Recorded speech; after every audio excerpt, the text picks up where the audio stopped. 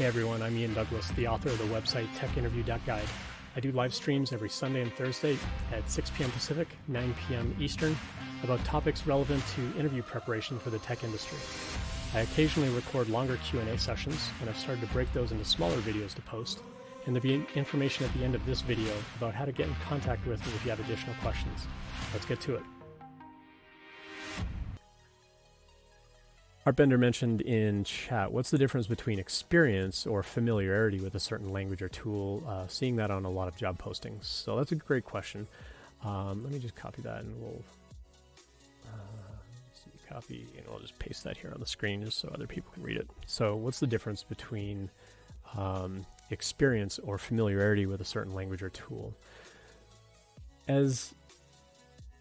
As a hiring manager, I would say that familiarity with a tool versus experience with a tool. Familiarity is like, you could get by in Python. Like you've done kind of that surface level sort of project work, but don't know like a ton about the language. But you've at least looked at it. You've tinkered with it. You have how to run the code or execute the code or compile the code. Like you could put together a little script in some way.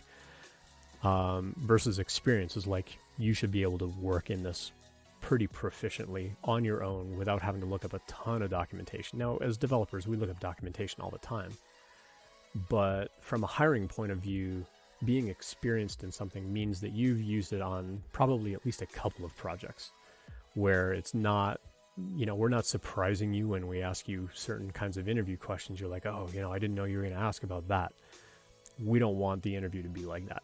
So familiarity is like just surface level versus experience is like you're pretty proficient in it, that you can like do things on your own, looking up minimal documentation, where familiarity is, you'd probably need to look up quite a bit of stuff, but you've got enough experience in some other language that you're going to be able to transfer that skill to something else. So if you have follow-up questions on that, Heartbender, feel free to drop that in chat. But yeah, I appreciate the question. Thank you. Hey, thanks for watching. I love helping people out with interview prep, and I hope this video helped you in some way. If you found this Q&A useful, please consider subscribing. You can follow me on Twitch as well for the live stream twice a week. Check out techinterview.guide/streaming for more information. I also have a daily email series that you can subscribe to on the website. There are never any ads, and when you finish the series, I scrub your information out of my database permanently.